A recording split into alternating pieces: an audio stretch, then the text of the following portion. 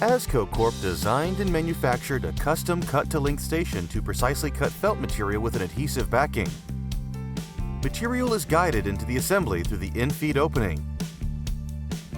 A set of precision ground urethane drive rollers pulls the material into the cut-to-length station.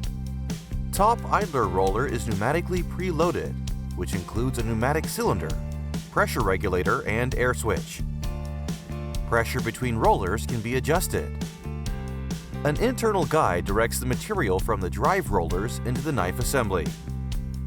The knife cuts the material into precise pieces. Material falls down the safety enclosed exit chute.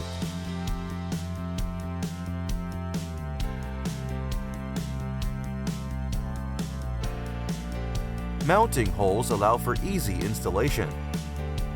Knife assembly is contained in clear safety guarding. The unit has a color touchscreen for easy setup and operation. Please give us a call to discuss your application. Don't forget to follow and subscribe to our channels.